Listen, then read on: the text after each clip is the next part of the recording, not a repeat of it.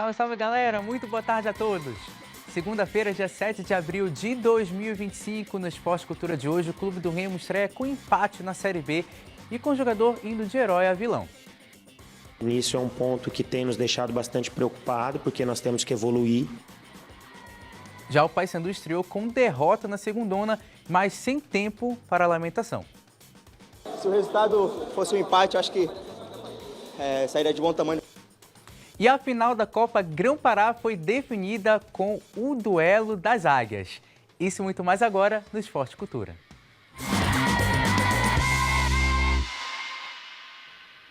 Sejam todos muito bem-vindos a mais uma edição do Esporte Cultura. Lembrando, como sempre, participe do programa conosco no nosso número de WhatsApp que está aparecendo aí na tela.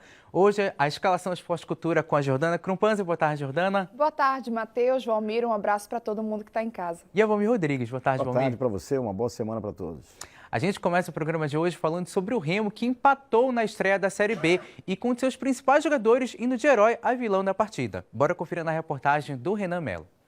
Foi quase. O Remo, por pouco, não garantiu a vitória diante a Ferroviária em São Paulo no retorno do clube à Série B do Campeonato Brasileiro. O time azulino levou um gol no apagar das luzes e teve que se contentar com o empate. Hoje o jogo ele trouxe uma mistura de sentimentos para nós e eu acho que tem que ser um aprendizado muito grande, principalmente pelo momento que a gente está vivendo, que é um momento de reconstrução. Nós estamos no meio da temporada, chegando ao clube recentemente e temos que evoluir, né, coletivamente, individualmente. Eu acho que a gente tem muita margem de crescimento. Mas vamos entender como aconteceu esse empate. Quem começou no ataque foi o time paulista. Carlão recebeu na grande área, mas chutou rasteiro em cima de Marcelo Rangel. Inclusive, torcedor, guarde o nome do atacante Carlão, que no fim da reportagem você vai entender. A resposta azulina veio em seguida. Alan Rodrigues cruzou, porém Caio Vinícius desperdiçou a oportunidade de abrir o placar. Na sequência, Felipe Viseu tentou 2 vezes de cabeça, mas sem efeito. A Ferroviária voltou ao ataque levando perigo. Wesley Pomba teve a oportunidade, mas só não contava com a grande defesa de Marcelo Rangel. E como já diz o ditado no futebol, quem não faz leva, Pedro Rocha recebeu o lançamento, não foi fominha e tocou para Felipe Viseu completar. Remo 1-0. Ainda no primeiro tempo, Wesley Pomba teve outra oportunidade. E de novo, Marcelo Rangel fez boa defesa. Acho que o primeiro tempo foi bom, acho que a equipe jogou bem, teve boas oportunidades, acho que o Ferroviária também fez um jogo também que valorizou a partida, sabe? Eu acho que os dois times procuraram a vitória. Na volta do intervalo, a Locomotiva Paulista começou querendo o empate. No contra-ataque, Wesley Pomba chutou e pela terceira vez Marcelo Rangel defendeu. O Remo respondeu. Marcelinho roubou a bola no meio de campo, mas dessa vez quem apareceu foi o goleiro da Ferroviária, Denis Júnior. E no contra-ataque, Juninho tocou para Albano, que parou na defesa azulina. A Ferroviária pressionou nas tentativas de Juninho, Quirino e Thiago Lopes. E no último minuto, após cobrança de falta, ele mesmo, torcedor, o centroavante Carlão apareceu para cabecear e empatar a partida. Fim de jogo, Remo 1, Ferroviária também 1. Segundo tempo nós começamos melhor o segundo tempo, mas novamente nós caímos de rendimento a partir dos 15, 20 minutos. A Ferroviária dominou melhor as ações do jogo, mas mesmo assim a gente foi controlando, né, com muita dificuldade. Fizemos alterações, praticamente todas as alterações no sentido de tentar dar mais fôlego à equipe, né? Os jogadores sentiram talvez a sequência e nisso é um ponto que tem nos deixado bastante preocupado, porque nós temos que evoluir, né, principalmente pensando na competitividade e nos jogos, a dificuldade dos jogos que nós teremos pela frente, mas controlamos bem a partida e no final um gol que não se pode levar, principalmente para uma equipe experiente, que acabou acontecendo. Assim como foi no Repá, o Remo sofreu um gol literalmente na última bola do jogo, dessa vez contra a Ferroviária. De qualquer forma, Jordana, o resultado acabou correspondendo com o que foi o jogo ou o Remo, pelo que apresentou, merecia um resultado melhor? Eu acho que o Remo poderia ter saído com um resultado melhor, mas eu acho que o resultado corresponde à situação dos dois times nesse momento. Primeiro, do Atlético Paranaense, que estava com uma pressão, da Ferroviária, né, que também subiu junto com o Clube do Remo no ano passado, também passa por um período de adaptação. Em tese, não é um adversário tão difícil assim, mas passa por esse equilíbrio com o Clube do Remo. O Remo não. Teve uma troca de técnico, o Daniel Paulista teve poucos jogos ainda no comando da equipe, como a gente já falou várias vezes, é um técnico que muda muito a equipe de jogo a jogo. A gente viu no Remo em Tuna já o Cadu, as laterais mais jovens, mas com mais intensidade, não foi também na partida, mas aí ele não gostou, já mudou imediatamente para a próxima partida. O Clube do Remo passa a ter assim, uma dificuldade de entrosamento, acho que no jogo. Isso vai dificultando por essas mudanças. Então, você não consegue cravar exatamente uma titularidade de escalação em escalação. Acho que isso mexe um pouquinho com os atletas, mas poderia fazer valer, claro, a experiência de jogadores como o Felipe Viseu, fez o gol, um jogador muito experiente, um jogador que vai ser destaque, sem dúvida. E acaba indo de herói a vilão porque o gol, né, de empate acaba saindo também em cima da marcação dele. Então, acho que tinha tudo para ser uma partida mais equilibrada. No segundo tempo, o Clube do Remo voltou um pouco melhor, poderia ter saído com a vitória sim. Valmir, levando em consideração o desempenho que o Remo teve contra o Santa Rosa e também contra a Tuna nos primeiros jogos do Daniel Paulista, dá para dizer que o desempenho do time surpreendeu, foi acima do esperado, embora tenha sofrido empate no último lance? Acho que sim, Matheus. Um abraço, boa tarde para você. Acho que sim. Acho que o Remo teve até superação, porque o torcedor do Remo estava cético para essa estreia, né? No meio da semana, da quarta-feira, quando classificou contra a Tuna, ficou assim, aquela ideia de aí vem o Campeonato Brasileiro, como é que vai ser? E eu te confesso que a mim também surpreendeu o comportamento organizado do Remo no primeiro tempo. Acho que foi um jogo de equilíbrio, em que o primeiro tempo inteiro foi do Clube do Remo e o segundo, a maior parte da equipe da Ferroviária. Agora o Remo, todo mundo, no último lance, o Remo, eu tive a preocupação de frisar a imagem, parei ainda há pouco. O Remo toma esse gol com 8 jogadores ali, todos, 7 na risca da pequena área, todos, um do lado do outro, enfileirados ali, numa espécie de linha, e um outro que está fora. Enquanto da equipe da Ferroviária tinham 6 atacando ali a bola com 3 do lado de fora. Então, esse detalhe, o técnico, o Daniel Paulista, tem que rever, chamar os jogadores, olhar exatamente. Claro que tem jogo, vai até 50, tem jogo, mas ali, a partir de 48, ganhando de 1-0, praticamente acabou o jogo, né? Segura essa bola, chuta, faz catimba, cai, conversa. Enfim, irrita o adversário. Faltou o Remo ser mais matreiro para trazer esses 3 pontos. Lembrando que em 2021 o Remo também sofreu um empate na reta final do jogo contra o CRB, naquela ocasião 2-2. Agora vamos falar de Copa Grão-Pará. Tuna e Castanhal, mais uma vez, protagonizaram um duelo de deixar o torcedor tunante com o coração nas mãos. A Tuna se classificou para a final após vencer o Castanhal de virada no Souza. O Japim saiu na frente com gol de pênalti do Paulo Rangel. De novo, o Paulo Rangel acertou pênalti. Exatamente, fazendo valer a lei do ex. No segundo tempo, o Águia Guerreira impôs ritmo de jogo, com Edgo saindo do banco e marcando os 2 gols da Tuna, sacramentando a classificação a mais uma final. A equipe Cruz Maltina agora vai defender o título da Copa Grão-Pará. O Edgo, que é o artilheiro da Tuna na temporada. E após mais uma classificação emocionante da equipe tunante, o técnico da equipe, Inácio Neto, falou sobre o confronto e também a respeito da evolução da equipe dentro de campo, corrigindo erros e fazendo ajustes, já pensando na Série D do Campeonato Brasileiro. Vamos ouvir. Eu consegui, dentro das opções que eu tinha ali no banco, mexer nos momentos certos, que a Tuna Luso conseguiu ter ainda o controle, o volume da partida, e fazer as terminações de jogada. Então a gente criou várias oportunidades, alguns chutes para fora, que a gente precisa, nosso atleta precisa ter mais frieza nesse momento de conclusão, de terminação. Mas o Edgo foi iluminado, o Alex entrou muito bem, o Emerson entrou muito bem. E não só dar um mérito para quem fez o gol, mas para quem ajudou nessas construções. Eu procuro valorizar muito isso com o nosso grupo. E a Tuna conseguiu empatar e continuou em cima, continuou para mostrar sua força, um time de muita entrega, de muita disposição. Hoje a gente foi inteligente. Então tudo aquilo que o torcedor cobrava no início do Paraense, às vezes você tem paciência com o trabalho, né, com a continuidade. De que a Tuna no segundo tempo caía, que a Tuna fazia um bom primeiro tempo, no segundo tempo era um time que não conseguia sustentar, e a gente vem de 3 jogos que a gente, né, consegue ser intenso tanto no primeiro como principalmente no segundo tempo, e já não está pegando gol nas retas finais dos jogos como era antes, e as coisas começando a se encaixar dentro de uma ideia, do modelo. Ainda falta muita coisa para a gente ajustar. Futebol, gente, não é um sistema muito complexo, nada é fácil.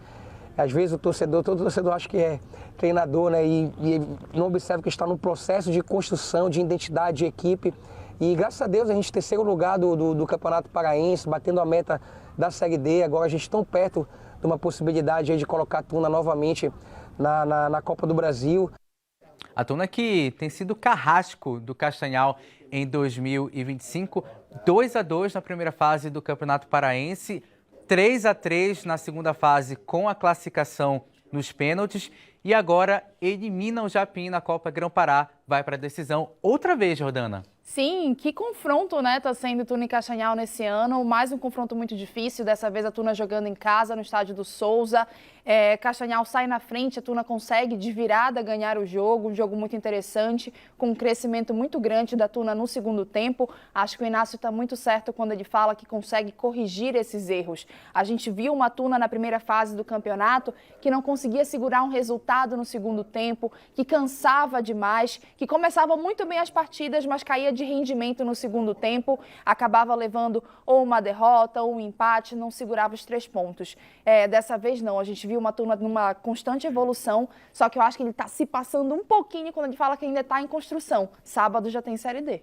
A Tuna que vai em busca do bicampeonato na Copa Grão-Pará, Valmir. Eu acho que está muito bem aí o trabalho do Inácio, né? Do Inácio Neto. Ele procurou algumas vezes medir a Tuna no Campeonato Paraense e agora na Copa Grão-Pará. Vai medir a Tuna agora na Série D do Campeonato Brasileiro. Eu acho que a Tuna tem amplas possibilidades de classificar, porque, se eu não me engano, serão 4 que vão passar, né, para a próxima fase, e a Tuna deve estar no meio desses times aí. A Tuna que só teve tido adrenalina, decisão, né? Sim. Uma em cima da outra. E tem que ver também se os gols da Copa aí marcado pelo Édigo, o gol da Copa vale para juntar a do Parazão. Sendo assim, ele chega a 5 gols e está ali com o Nicolas, né? Então, se o gol dessa Copa pode ser incorporado às outras fases do Parazão, tem que ver se realmente ele está com 1 gol ou ele está com 5. O Paulo Rangel também entraria nessa lista como um dos artilheiros. Agora né? sim, vou falar uma coisa para vocês. Série D, a partir da segunda fase, passa a ser mata-mata. Se a Tuna, de repente, consegue um acesso em 2025, eu sinto muito pro coração do torcedor tunante, que não vai ser fácil. Não. A Tuna que estreia contra o Maitá na Série D. E no outro jogo das semifinais, o Águia se classificou mais uma vez nos pênaltis, adivinha, com o Axel sendo decisivo de novo. De novo, né? O Azulão Marabaense enfrentou o Bragantino e durante o tempo regulamentar, o Águia chegou a abrir 2-0 com gols do centroavante Daniel GTA.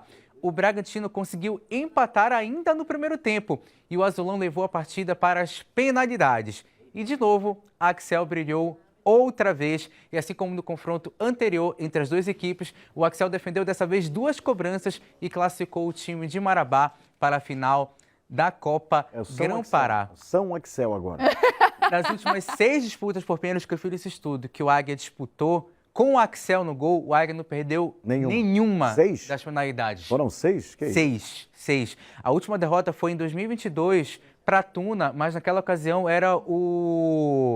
não era o Axel goleiro era o Vitor Lube, goleiro do Águia naquela ocasião. Mas desde quando o Axel assumiu essa titularidade do Águia e foi o goleiro titular da equipe na decisões por pênalti, o Axel, Águia não então, é o melhor custo-benefício que existe no Águia, né? Porque até em Copa do Brasil ele já brilhou também. Sim, várias vezes. Fazendo com que o Goiás Águia e ganhasse Curitiba. dinheiro lá na frente. Falar em Série D, o Águia vai jogar a Série D do Brasileiro. A Série D foi atrasada em uma semana, né? Sim. Questão de logística, a CBF então não vai mais começar na data anterior e numa outra lá na frente. E o técnico do Águia, Silvio Criciúma, falou sobre o destaque da equipe após a partida e ressaltou a confiança do elenco em disputa de penalidades. Vamos ouvir. O proveito é da classificação, né? Independente de como aconteceu. No futebol só tem lugar para vencedor. O Bragantino está saindo do campeonato com um grande time de futebol, muito bem treinado, com peças muito interessantes, com uma derrota. Nos deu muita dificuldade na primeira etapa, conseguimos passar por esse momento ruim e transformar num futebol melhor, com oportunidades de fazer 2-0. O gol que a gente toma o primeiro, ele poderia ser evitado porque era uma falta tática para evitar a construção do lance ali, né? Na sequência a gente toma o segundo gol. Eu estou particularmente bastante tempo no futebol, né? São 21 anos como atleta, são 13 como treinador. E essas alternâncias a gente sabe que acontecem em jogos decisivos. E a gente sabia que o pênalti ele também era uma possibilidade nossa muito boa de é de conseguir passar de fase. É a terceira vez que acontece isso. Não que a gente jogou pelo pênalti, mas a gente sabia que teria que minimizar os erros da segunda etapa, né? Tivemos muita dificuldade no segundo tempo, pelo bom time do Bragantino, pela confiança que estavam no jogo, por uma situação que infelizmente ela vira contrária, né? A gente joga com o nosso torcedor, só que como o adversário está melhor, o torcedor vira contra nós, né? E isso é muito ruim. A gente está à procura aí dessa sintonia, né? Com a torcida.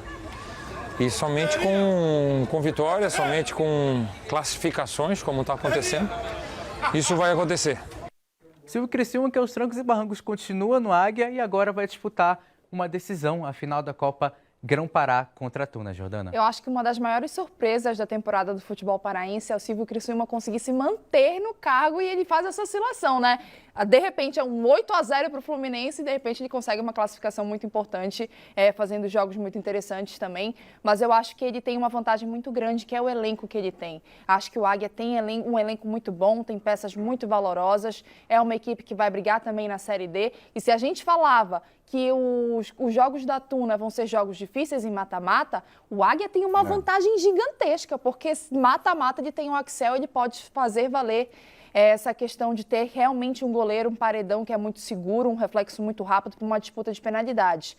Agora, as equipes vão disputar na final, né, da Copa Grão-Pará, valendo uma vaga na Copa do Brasil, duas equipes que estão no Campeonato Brasileiro da Série D, e eu acho que todas as equipes paraenses que vão disputar Campeonato Brasileiro fizeram valer o seu calendário, chegaram aí na final da Copa Grão-Pará e na final do Parazão. Dá para dizer que é o confronto entre os times que hoje despontam como aquela tal terceira força do futebol paraense nos últimos anos? Águia e Tuna?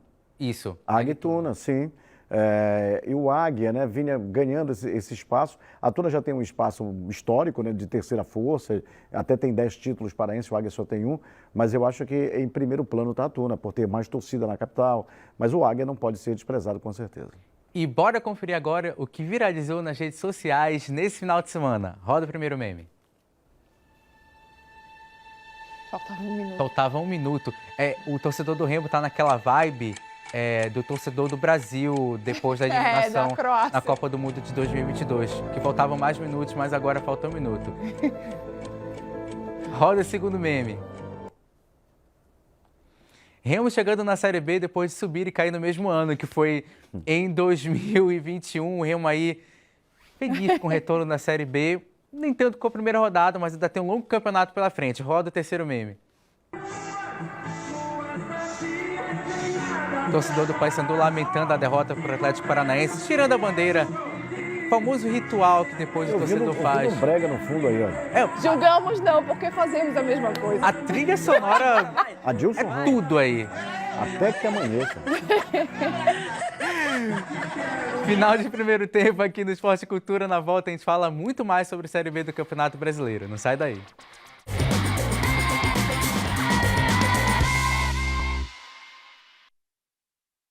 Estamos de volta com o Esporte e Cultura. A gente começa o segundo bloco falando sobre o Paysandu, que estreou com derrota para o Atlético Paranaense na Série B.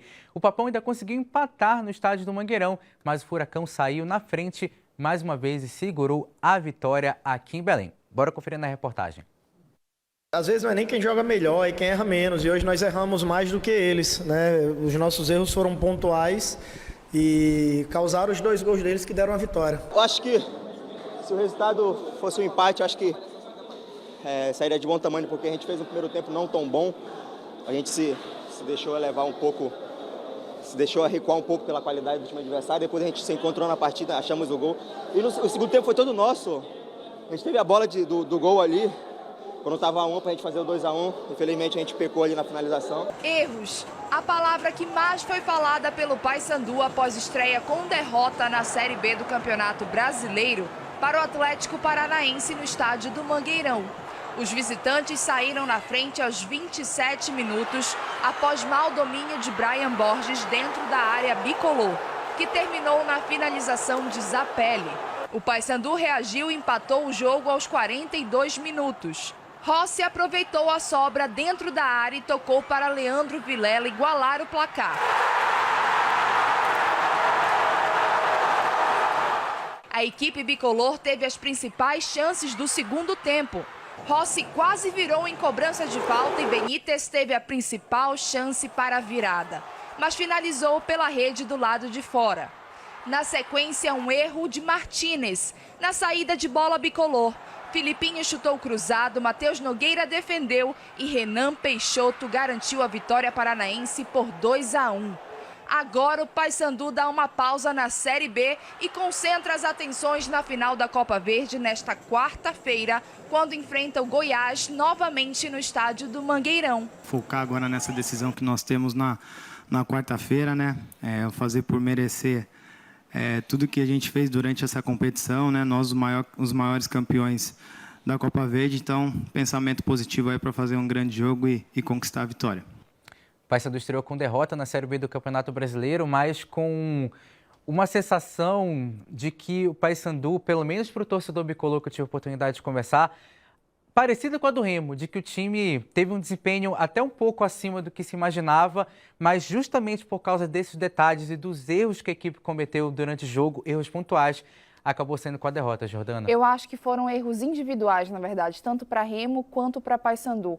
Acho que tiveram jogadores que não renderam tanto nas duas partidas, né, no caso, mas o Paysandu fez uma partida muito interessante, deveria ter aproveitado, a pressão estava toda na costa do Atlético Paranaense, não do Atlético, mas do Maurício Barbieri, né? Ele que estava com toda essa pressão, ele que estava pressionado no cargo, que estava na corda bamba, e ele precisava do resultado. Então, acho que uma equipe que tem um investimento financeiro que o Atlético Paranaense tem, vai corresponder a essa pressão dentro de campo. O Paysandu jogou em casa, Mangueirão, torcida, fez uma boa partida sim, teve jogadores como Rossi fazendo uma boa partida mais uma vez, Leandro Vilela, que para quem não viu a corneta estagiária do Futebol Zoeiro e puder ver, vá lá conferir, que estava muito bom, dizendo que deu uma felicidade para o torcedor bicolor. Quintana fez uma partida um pouco mais consistente, mais sólida também, que não estava fazendo anteriormente.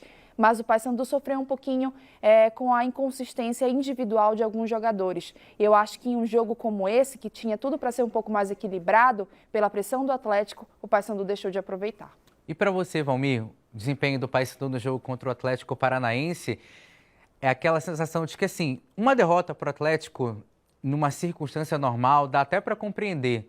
Era o favorito, de fato, para o jogo, mas a maneira como a derrota se desenhou acabou sendo mais dolorida? Exatamente. Porque, como disse o Jordana, foram erros individuais, né? E eu acho até que o Atlético Paranaense, ele produziu muito pouco. Se viu do Furacão, que a gente é acostumado a ver, produz muito mais.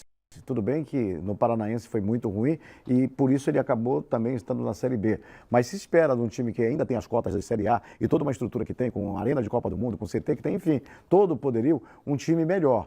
Agora o Paysandu não tem nada a ver com isso. Agora adições vão ficar porque não tem jogo fácil. Quarta-feira não. Quarta-feira. Goiás, já tem Vila Nova no sábado. Eu queria falar sobre o Vila Nova, que é a Série B, né? Porque no meio é Copa Verde. Então, a Série B, ela é assim. Ela é cheia de sequência. Você não pode cochilar muito, senão daqui a pouco você fica muito tempo emperrado na tabela ali e para sair depois é um problema. Neste final de semana ocorreu a segunda rodada do Brasileirão da Série A do Campeonato Brasileiro e o Corinthians venceu o Vasco neste sábado. Domingo, o Fluminense venceu o Red Bull Bragantino na estreia do técnico Renato Gaúcho. Guima abriu o placar para a equipe tricolor. O Pita chegou a empatar a partida já no final para o Red Bull Bragantino, mas o Martinelli nos acréscimos garantiu a vitória do Fluminense. O Fluminense foi o primeiro time a trocar de técnico no Brasileirão e trouxe de volta o velho conhecido da torcida tricolor. E aqui, Valmir, funciona da seguinte forma. Quando o Fluminense perde, a Jordana comenta. Quando o Fluminense ganha, é o outro. Gente, que absurdo! Já que o Fluminense venceu, ganhou na estreia, gol nos acréscimos do Martinelli, jogo que estava amarrado para o Fluminense, com cara de empate, mas aí conseguiu chegar à vitória no final. A Jordana não comentar em vitória do Fluminense é uma medida profilática. Sim. Vou usar esse termo, uma medida profilática para que não haja muita emoção, né? Mas olha, o Renato Gaúcho acaba sendo a cara do Fluminense. Se ela, como bom tricolor, deve saber que não sei se isso é bom ou ruim. A sexta vez, né, que ele assume o comando do Fluminense, ele tem muita empatia com o Fluminense, adora o Rio de Janeiro, acho que até mais do que Porto Alegre, né? Então não vai querer cair do comando. Mas já começou dando uma treta lá na entrevista coletiva após o jogo, já teve um problema. Esse é o Renato Gaúcho. O Fluminense precisa de vibração. E eu acho que o Renato está dando esse momento para o Fluminense. Olha, campeão da Sul-Americana. Houve uma exceção aqui, a regra que a gente adotou. Você pode comentar já. Ora, obrigada, Renan Melo. Não, mas eu acho que é muito o que o Valmir falou. A gente está falando de um técnico que é muito mais ofensivo. O Fluminense tem essa característica de ser um time mais ofensivo, é um time copeiro. A gente está falando de ano de Sul-Americana, acho que precisava dar mais essa criatividade, esse ritmo de jogo mais agressivo. E muito interessante também a postura do Martinelli. Martinelli é um jogador que constantemente acaba saindo vaiado pela torcida, a torcida pega no pé, mas não é um jogador que sente isso dentro dos 90 minutos. É um jogador que consegue voltar e correr atrás. E eu acho que o gol dele garantindo a vitória para o Fluminense foi muito bacana. E neste final de semana ocorreu o primeiro torneio de beach tênis da Afluar, que contou com mais de 200 atletas que ajudam a incentivar a prática do esporte que tem crescido cada vez mais no estado. Bora conferir na reportagem do Gilmar Prete. Dia de sol, raquetes na mão e os pés na areia. Assim foi o clima do primeiro torneio de beach tênis da Afluar, que reuniu atletas em partidas bastante disputadas. Nós já tínhamos esse espaço há alguns anos, estava fechado, não precisávamos abrir nada aqui. E até que surgiu a ideia, meu irmão me abraçou aqui na frente e falou: mano, o que tu acha da gente abrir um espaço de beach tênis e um restaurante? Tu toma conta do beach tênis, eu tomo conta do restaurante. Aí eu disse, na hora, bora. E começou as obras e agora, graças a Deus, já estamos tocando isso aqui. E, se Deus quiser, vai ser sucesso. O primeiro torneio de beach tênis aqui da Afluar já contou com mais de 200 atletas inscritos em um esporte que tem crescido cada vez mais aqui no estado do Pará. A gente fez uma inscrição para 12 atletas, para 12 duplas em cada categoria. A gente abriu exceção para a categoria C, na mista, né? Nós abrimos para 18 duplas. Mas o certo é sempre fazer com 24 duplas. Como é o primeiro torneio Open da Afluar, aí a gente colocou 12, mas foi um sucesso.